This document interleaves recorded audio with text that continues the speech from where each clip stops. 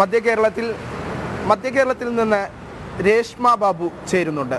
തിരഞ്ഞെടുപ്പ് ചൂട് വലിയ തോതിൽ വർദ്ധിക്കുന്നുണ്ട്.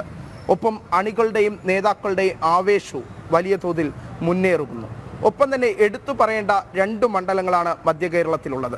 ഒന്ന് തൃശ്ശൂരും മറ്റൊന്ന് ആലപ്പുഴയും. എല്ലാ മണ്ഡലങ്ങളും ത്രികോണ മത്സരങ്ങളിൽ തന്നെയാണ് മധ്യ കേരളം മുന്നോട്ട് പോകുന്നത്. പക്ഷേ ഈ 2 മണ്ഡലങ്ങൾക്കും വലിയ പ്രത്യേകതകളുണ്ട്. ഒന്ന്, തിരഞ്ഞെടുപ്പിൻ്റെ ആദ്യഘട്ടം മുതൽ തന്നെ ചർച്ചയായിരുന്നു തൃശ്ശൂരിലെ സ്ഥാനാർത്ഥി ആരാണെന്ന്. ഒപ്പം തന്നെ ഏറ്റവും സസ്പെൻസായി തൃശ്ശൂരിൽ നിന്ന് ആലപ്പുഴയിലേക്ക് പോകുമ്പോൾ NDA സ്ഥാനാർത്ഥിയായി ശോഭാ സുരേന്ദ്രനും അവിടെ എത്തി. അങ്ങനെ നോക്കുമ്പോൾ ഈ 2 മണ്ഡലങ്ങളും ഏറെ വ്യത്യസ്തമായി തന്നെ ചർച്ചയാകുന്നുണ്ട്. രാഷ്ട്രീയ കേരളത്തിൽ വലിയ രീതിയിൽ ചർച്ചയാകുന്നു.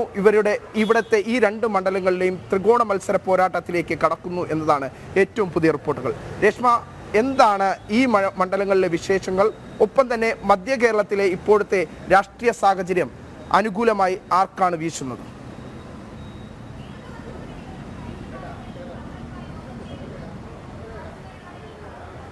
വിനീഷ് സൂചിപ്പിച്ചതുപോലെ തന്നെ മധ്യ കേരളത്തെ സംബന്ധിച്ച് പറയുകയാണെങ്കിൽ ശക്തമായിട്ടുള്ള ത്രികോണ മത്സരങ്ങൾ തന്നെയാണ് ഓരോ മണ്ഡലത്തിലും ഉള്ളത്.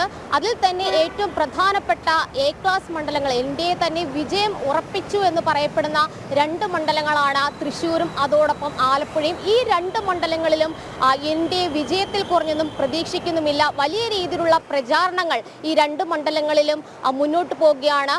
തൃശ്ശൂരിലാണെങ്കിൽ സുരേഷ് ഗോപിയുടെ പ്രചാരണം അത് രണ്ടാം ഘട്ടം ഏകദേശം പകുതിയോളം പൂർത്തിയാകാറായിരിക്കുന്നു. കുടുംബ കൂട്ടായ്മകളിലടക്കം അദ്ദേഹം പങ്കെടുക്കുന്നുണ്ട്. മണ്ഡലത്തിലെ വിവിധ ഇടങ്ങളിലെ ആരാധനാലയങ്ങൾ കേന്ദ്രീകരിച്ചും പുരോഹിതന്മാരെ സന്ദർശിച്ചും കോളനികൾ സന്ദർശിച്ചും സമ്പർക്കം നടത്തിയുമാണ് അദ്ദേഹം തെരഞ്ഞെടുപ്പ് പ്രചാരണം മുന്നോട്ട് കൊണ്ടുപോകുന്നത്. അതോടൊപ്പം തന്നെ എടുത്തു വായിക്കേണ്ടതാണ് ആലപ്പുഴയിൽ ശോഭാ സുരേന്ദ്രന്റെ തെരഞ്ഞെടുപ്പ് പ്രചാരണം. ശോഭാ സുരേന്ദ്രൻ വലിയ രീതിയിൽ പ്രചാരണം മുന്നോട്ട് പോയിക്കൊണ്ട് ഇരിക്കുകയാണ്.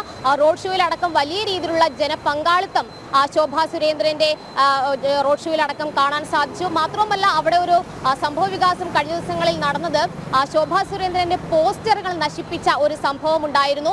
ആ സംഭവത്തിൽ നിലവിൽ ജില്ലാ കളക്ടർ ആലപ്പുഴ SP-യോട് അന്വേഷണത്തിന് ഉത്തരവിട്ടിരിക്കുകയാണ്. ഇത്തരത്തിൽ രാഷ്ട്രീയ എതിരാളികൾ പോസ്റ്റർ നശിപ്പിച്ചുകൊണ്ടുള്ള പ്രവണതകൾ, അത്തരമുള്ള നടപടികളിലേക്ക് കടക്കുമ്പോൾ ജനമനസ്സുകളിൽ നിന്ന് തന്നെ മായ്ക്കാൻ സാധിക്കില്ല എന്നുള്ള ഒരു വ്യക്തമാക്കൽ അല്ലെങ്കിൽ അത്തരത്തിലുള്ള ഒരു പരാമർശങ്ങൾ ശോഭാ സുരേന്ദ്രൻ നടത്തുകയും ചെയ്തിട്ടുണ്ട്. എന്തായാലും ആലപ്പുഴയിൽ വലിയ രീതിയിലുള്ള ശക്തമായിട്ടുള്ള മത്സരമാണ് 3 മുന്നണികളും മുന്നോട്ട് വയ്ക്കുന്നത്. അതിനോടനുബന്ധിച്ചുള്ള പ്രചാരണങ്ങൾ അതിശക്തമായിട്ട് തന്നെ മുന്നേറുന്ന കാഴ്ച നമുക്ക് ഇതിനകം കാണാനും സാധിച്ചു.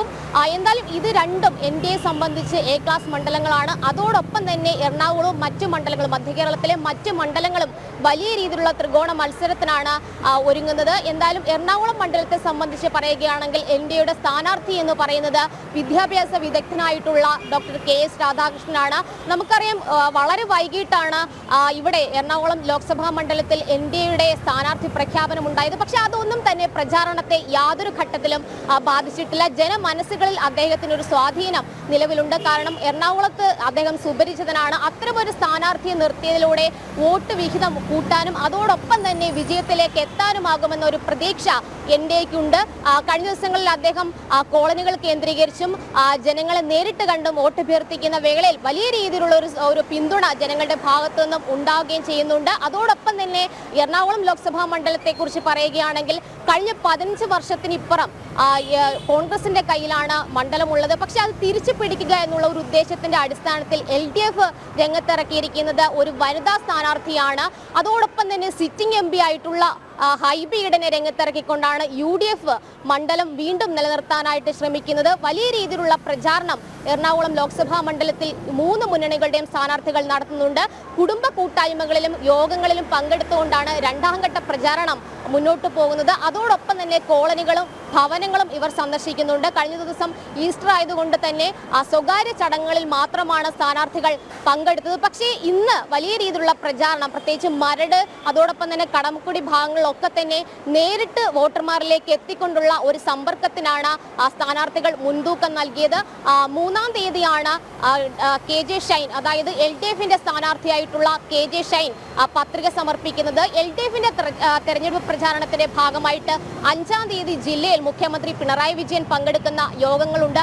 ഇത്തരത്തിൽ വലിയ രീതിയിലുള്ള പ്രചാരണം മുന്നോട്ട് പോകുന്ന കാഴ്ചയാണ് എറണാകുളം ലോക്സഭാ മണ്ഡലത്തെ സംബന്ധിച്ച് കാണുന്നത്. അതോടൊപ്പം തന്നെ കോട്ടയത്തും സമാനമായിട്ടുള്ള ഒരു പ്രചാരണം മുന്നേറുകയാണ്. ഇന്ന് നടന്ന ഒരു രാഷ്ട്രീയ സംഭവം അല്ലെങ്കിൽ രാഷ്ട്രീയ സംഭവ വികാസം എന്ന് പറയുന്നത് എറണാകുളത്ത് SDPIയുടെ സംസ്ഥാന അധ്യക്ഷൻ ഒരു പത്രസമ്മേളനം വിളിച്ചിരുന്നു. അതിൽ അദ്ദേഹം പറഞ്ഞിട്ടുള്ളത് UDFന് പരസ്യ പിന്തുണ നൽകുമെന്നുള്ളതാണ്. പക്ഷേ ആ UDFന് പരസ്യ പിന്തുണ നൽകുമെന്ന് SDPI അറിയിച്ചെങ്കിലും അത് തള്ളാനോ കൊള്ളാനോ UDF തയ്യാറായിട്ടില്ല എന്നുള്ളതാണ് ഇന്ന് ഈ മധ്യ കേരളത്തിൽ നടന്നിട്ടുള്ള ഏറ്റവും പുതിയ രാഷ്ട്രീയ സംഭവ വികാസം.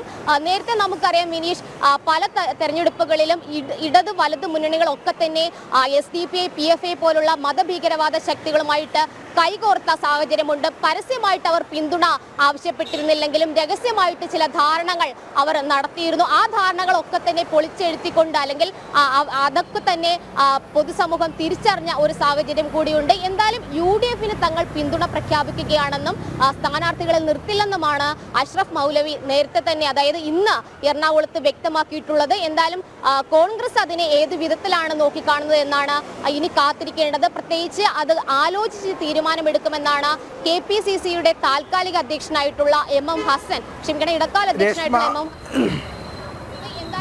രേഷ്മ പറഞ്ഞതുപോലെ തന്നെ രേഷ്മ സൂചിപ്പിക്കുന്നത് പോലെ തന്നെ ഏറ്റവും പ്രധാനപ്പെട്ട കാര്യങ്ങൾ ഓരോ സംഘടനകൾക്കും അല്ലെങ്കിൽ ഓരോ രാഷ്ട്രീയ പാർട്ടികൾക്കും അവരുടെ ഒക്കെ ഓരോ മത തീവ്രവാദ സംഘടനകളുടെ ഒക്കെ പിന്തുണ ലഭിക്കുന്ന ഒരു സാഹചര്യം ഇന്ന് കേരളത്തിലുണ്ട്. വലിയ രാഷ്ട്രീയ മാറ്റങ്ങൾ തന്നെയായിരിക്കും മധ്യ കേരളത്തിൽ ഉണ്ടാവുക എന്ന് തന്നെയാണ് നമുക്ക് വിലയിരുത്താൻ സാധിക്കുന്നത്. എന്തായിരുന്നാലും രേഷ്മയാണ് മധ്യ കേരളത്തിലെ ഇതുമായി ബന്ധപ്പെട്ടുള്ള പൂർണ്ണമായ റിപ്പോർട്ട് നൽകിയിരിക്കുന്നത്.